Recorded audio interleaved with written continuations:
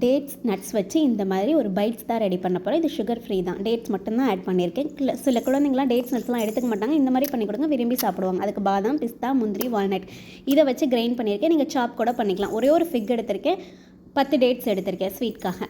இதை வந்து டேட்ஸை வந்து மிக்சியில் போட்டு கிரைண்ட் பண்ணிக்கோங்க. ஒரு பேனில் நெய் போட்டுக்கோங்க. இப்போ நம்ம கிரைண்ட் பண்ணி வச்சுருக்கோம் இல்லையா, அந்த நட்ஸ் எல்லாத்தையும் மிக்ஸ் பண்ணிக்கோங்க. இதோட மாய்ஸ்சர் போகிற வரைக்கும் நல்லா வந்துட்டு கிறிஸ்பாகிற வரைக்கும் மிக்ஸ் பண்ணிக்கோங்க. கருக விட்டுறாதீங்க. இதை தனியாக எடுத்து வச்சுட்டு அதே பேனில் கொஞ்சமாக நெய் விட்டு நம்ம வச்சுருக்கோம் இல்லையா டேட்ஸு, ஃபிக்கு, இதை வச்சு நல்லா மிக்ஸ் பண்ணிக்கோங்க. இப்போ நம்ம வச்சுருக்க நட்ஸையும் சேர்த்து எல்லாமே பைண்ட் ஆகிற அளவுக்கு மிக்ஸ் பண்ணிக்கோங்க. இன்னொரு பாத்திரத்தில் எடுத்துகிட்டு கை சூடு பொடுக்கிற அளவுக்கு இந்த மாதிரி ரோல் பண்ணி எடுத்துக்கோங்க.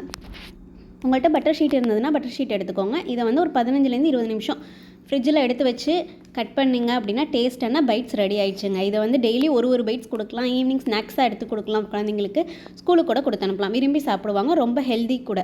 தேங்க்யூ. ஃப்ரிட்ஜில் வச்சு 1 வீக் வரைக்கும் நீங்கள் ஸ்டோர் பண்ணிக்கலாம். தேங்க்யூ.